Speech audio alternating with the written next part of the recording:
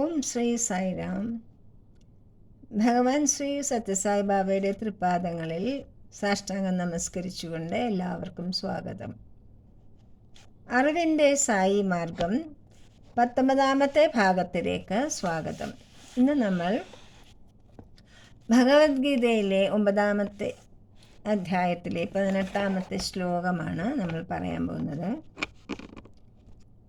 ഗതി ഭർത്ത പ്രഭു സാക്ഷി നിവാസ ശരണം സുഹൃത്ത് പ്രഭ പ്രളയം സ്ഥാനം നിധാനം ബീജമവ്യയം.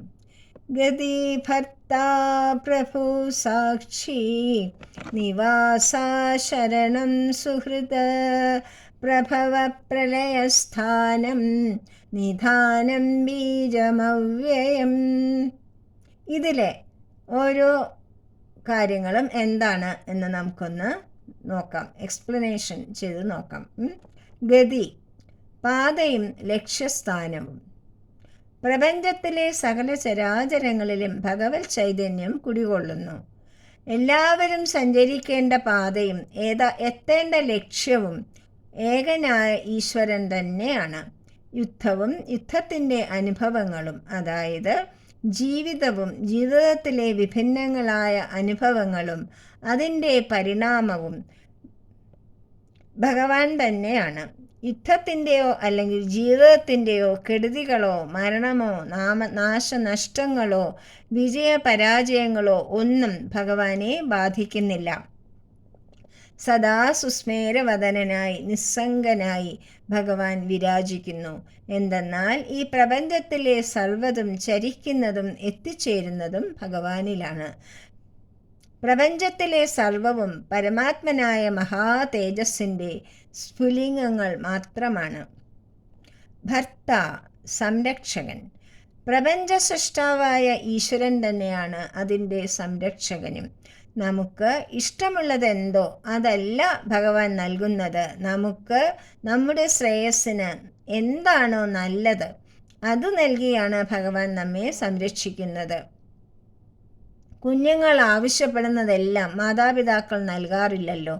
അവരുടെ നന്മയ്ക്ക് ഉതകുന്നത് മാത്രമല്ലേ നൽകുകയുള്ളൂ. അതുപോലെ സൃഷ്ടിയുടെ നന്മയ്ക്ക് വേണ്ടതു മാത്രമേ പിതാവായ സൃഷ്ടാവ് നൽകുകയുള്ളൂ. പ്രഭു, ഭരണകർത്താവ്.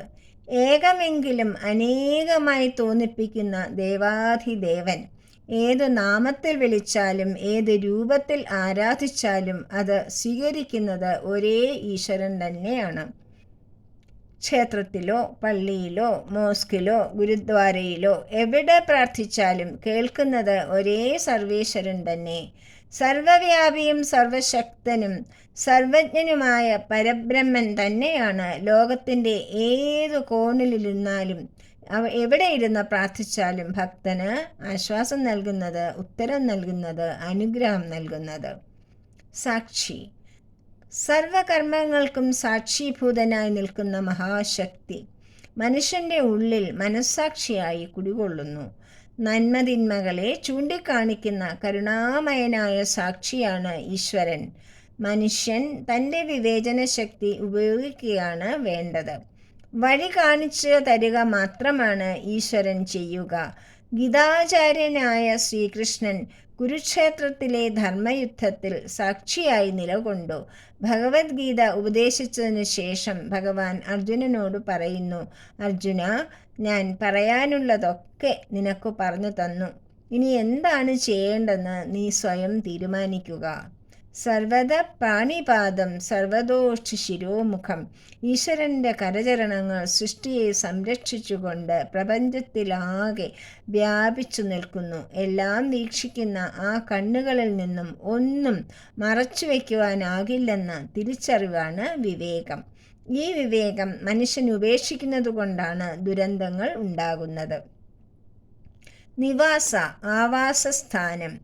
സൃഷ്ടി ഈശ്വരനിലും സൃഷ്ടാവായ ഈശ്വരൻ സൃഷ്ടിയിലും കുടികൊള്ളുന്നു. അതുകൊണ്ടാണ് ഭഗവാനെ വാസുദേവ എന്ന് വിളിക്കുന്നത്. നാം രാവിലെ ഉണർന്ന് എഴുന്നേൽക്കുമ്പോൾ ഉറങ്ങാൻ കിടന്നതുവരെയുള്ള സകല കാര്യങ്ങളും നമുക്ക് ഓർക്കാൻ കഴിയുന്നു എന്നത് നാം ശ്രദ്ധിക്കാതെ പോകുന്ന ഈശ്വരൻ്റെ മഹത്തായ ഒരു ചമത്കാരമാണ്.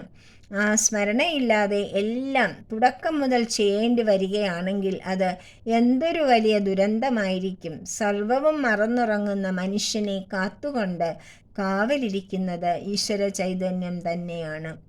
ശരണം, ആശ്രയസ്ഥാനം. ഏതവസ്ഥയിലും മുൻവിധികളോ ലജ്ജയോ കൂടാതെ ആശ്രയിക്കുവാൻ നമുക്ക് ഈശ്വരൻ മാത്രമേ ഉള്ളൂ. നമ്മിൽ വസിക്കുന്ന നമ്മുടെ ഭൂത വർത്തമാന ഭാവി കാര്യങ്ങൾ എല്ലാം അറിയുന്ന ഈശ്വരനോട് മാത്രമേ യാതൊരു സങ്കോചവും കൂടാതെ നമ്മുടെ എല്ലാ കാര്യങ്ങളും തുറന്നു പറയുവാൻ സാധിക്കൂ. അങ്ങനെ ശരണം പ്രാപിക്കുന്നവരെ ഈശ്വരൻ ഒരിക്കലും കൈവിടുകയില്ല. അനന്യഭക്തിയോടെയും വിശ്വാസത്തോടെയും ശരണം പ്രാപിക്കുന്നവരുടെ സകല കാര്യങ്ങളും ഞാൻ സ്വയം ചെയ്യുമെന്ന് ശ്രീകൃഷ്ണൻ വാക്കു തന്നിട്ടുണ്ട്. സുഹൃത്ത്, സഖാവ്, സ്നേഹിതൻ. ബന്ധങ്ങളിൽ ഏറ്റവും മനോഹരമാണ് നിസ്വാർത്ഥമായ സുഹൃബന്ധങ്ങൾ. സുഹൃർ എന്ന പദം സൂചിപ്പിക്കുന്നത് നല്ല ഹൃദയം എന്നാണ്. ഒരിക്കലും നമ്മെ ഉപേക്ഷിക്കാത്ത സുഹൃത്ത് ഈശ്വരൻ മാത്രമാണ്. സഖ്യഭക്തിയിലൂടെയാണ് അർജുനൻ ഭഗവാന് പ്രിയങ്കരനായത്. ദാരിദ്ര്യം കൊണ്ട് കുചേലനാമധാരിയായി തീർന്ന തൻ്റെ സുഹൃത്ത് സുദാമാവിനെ ശ്രീകൃഷ്ണൻ സ്വീകരിക്കുന്ന രംഗം ഭാഗവതത്തിലെ എക്കാലത്തെയും ചേതോഹരമായ ദൃശ്യമാണ്. ഭഗവാന്റെ സുഹൃത്ത് ആകുന്നതിലും ശ്രേഷ്ഠമായ ഒരു പദവി മനുഷ്യന് നേടാനില്ല. പ്രഭവം, ഉത്ഭവസ്ഥാനം. ഈ പ്രപഞ്ചത്തിലെ സർവചരാചരങ്ങളും ഉത്ഭവിച്ചത് ഈശ്വര ചൈതന്യത്തിൽ നിന്ന് ആണ്. പ്രളയം അഥവാ ലയനം. ഉത്ഭവസ്ഥാനത്തേക്ക് മടങ്ങിപ്പോകുക എന്നത് പ്രകൃതിയുടെ അനിഷേധ്യമായ നിയമമാണ്. ഈശ്വരൻ മാനുഷരൂപേണ അവതരിക്കുമ്പോൾ പോലും ഈ നിയമത്തിന് വിധേയനാണ്. അവതാര ഉദ്ദേശം കഴിഞ്ഞാൽ സ്വധാമത്തിലേക്ക് ഈശ്വരാവതാരം ഈശ്വരൻ മടങ്ങുന്നു. പ്രപഞ്ചത്തിലെ സർവത്തിനും അന്ത്യം ഈശ്വരനിൽ വിലയിക്കുക എന്നതാണ്. നിധാനം. പ്രഭവത്തിനും പ്രളയത്തിനും ഇടയ്ക്കുള്ള വേളയിൽ പ്രപഞ്ചം നിലനിൽക്കുന്ന അമൂല്യമായ സ്ഥാനവും ഈശ്വരൻ തന്നെയാണ്. അതായത് സൃഷ്ടി, സ്ഥിതി, ലയ എന്നതിന് ഹേതുഭൂതൻ സൃഷ്ടാവ് തന്നെയാണ്. ബീജം, അവ്യയം. അവ്യയമായ, അതായത് നാശമില്ലാത്ത ബീജം. ഒരു വസ്തു ഉണ്ടായിക്കഴിഞ്ഞാൽ ബീജത്തിന് പരിണാമം ഉണ്ടാകുന്നു. പക്ഷേ എന്ത് പരിണാമം ഉണ്ടായാലും അവ്യയമായി യാതൊരു കുറവും വരാതെ ശാശ്വതമായി നിലകൊള്ളുന്ന ബീജമാണ് ഈശ്വരൻ. പുനഃ ഉൽപ്പത്തിക്ക് ഹേതുഭൂതൻ.